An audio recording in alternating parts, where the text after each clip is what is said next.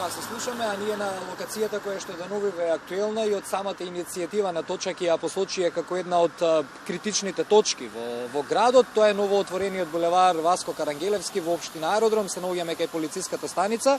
Мој соговорник ќе биде Дарко од иницијативата на Точак.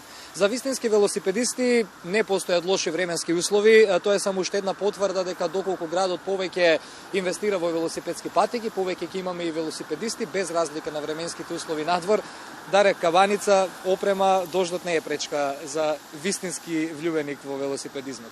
Да, правилото е нема лоша опрема, има лоша опрема само. Значи ако си има добра опрема, значи обична кабаница, капа, шал, такви работи, може да се вози нели во есен, во зима, секое време додека градот возможни услови, тој што сака да вози, може да вози. Ја одбравме оваа локација утрово, се јавивме и вчера од тука со колегите, еве и денеска ја посочувате како една од најкритичните точки во градот, нови за сите, но и за велосипедистите. Зошто е тоа така? Да, работата е дека овој булевар е совршен пример за како не треба да се развива еден град. Бидејќи овој булевар претходно, кога беше потесна улица, кај што се возеше споро, кај што сите живеа и функционира во ред, беше окей, значи функционираше некако. Сигурно имаше можност да се променат работите, ама да дојде до оваа точка не требаше никогаш да се случи. Затоа беа предупредувани и претходните градоначалници кои што го планира, кои што правеа работи во врска со самиот план, но и тие што го почна и последната градоначалничка сегашна кој што го изведува. Но јас тука на пример ве гледам велосипедски патеки по булеварот, конкретно за иницијативата на Точак и за велосипедските патеки тука, што посочувате како проблем? Многу работи се, значи не е само патеката, не може да се гледа исклучена патека од целиот булевар.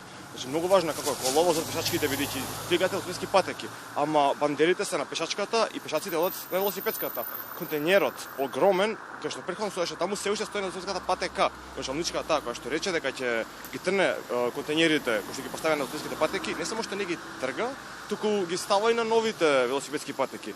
Така да не може да се гледа само случај како е едната патека кога целиот булевар станува нефункционален.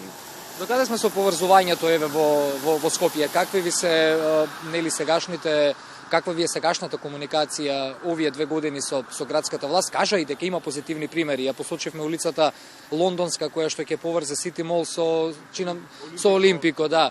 Имаме и позитивни примери. Каква е комуникацијата нели со градоначалничката кога завршија изборите, имавте средби, се разговараше за отстранување на контејнерите од старите велосипедски патеки. Што се случи овие 2 години на тој план? Ако може да се спореди како била комуникацијата со двете претходници, тоа ше навистина лоша, ужасна.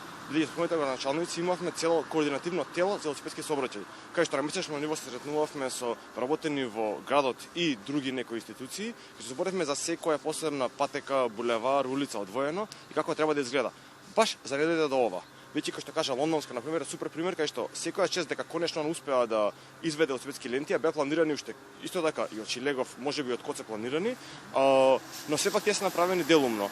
Пример беше така и Гологанов кај АМСМ кај Милин Балкан, која што почна лошо да изведува, кога ја пуштаме, имавме огромен притисок направено на таа локација, да сега е супер со убави велосипедски ленти, но завршува кај бугарска амбасада кај што качува горе и удира во паркираните возила на бугарската амбасада.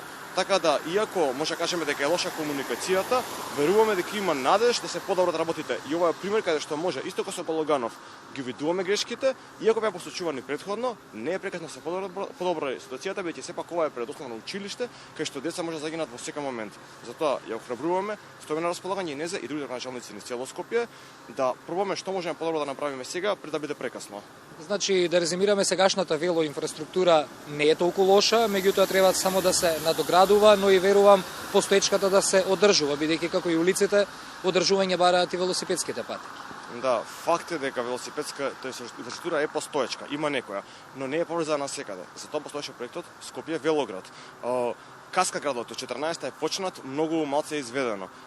Треба се работи на новите велосипедски поврзувања, но и старите веќе почнува да се уништуваат, веќе се копа на нив, влие атмосферата на нив, се случуваат промени, значи мора да се одржува старата, но и на новата да се работи, а затоа сме ние тука. А потенцијал Скопје има за развој на велосипедски патеки уште познати? Па пример, ние кога стоиме тука, барем 10 луѓе помина, а денеска е ладен ден, дожлив ден, значи сепак велосипедите се користат, градот е прекрасен за велосипед, останува само на градоначалниците да покажат храброст, да покажат иницијатива, да покажат дека се грижат за нас велосипедите, за сите граѓани на Скопје. Да, секако ова не се однесува конкретно само и за градот Скопје, туку и за општините кои што нели фигурираат во рамките на градот Скопје и за градоначалниците, останатите градоначалници. Благодарам што ги детектиравме овие проблеми, овие предизвици со кои се соочувате. Се надевам како иницијатива ќе продолжите да бидете гласни, се со цел добробит за развој на велосипедизмот во Скопје, како алтернативно превозно средство. Апсолутно, не алтернативно, туку и примерно.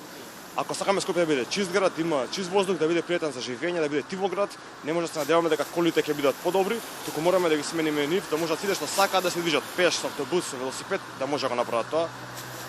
Како Дарко Утрово кој што од Влае дојде до тука со својот велосипед. Ти благодарам многу. Благодарам вас.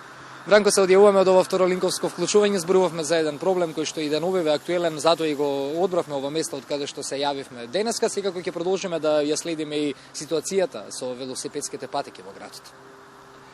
Да, Ване, благодариме за јавувањето, па тоа е функцијата и улогата на јавниот сервис да се грижи за животот на граѓаните и да ги детектираме сите негативни, но и позитивни моменти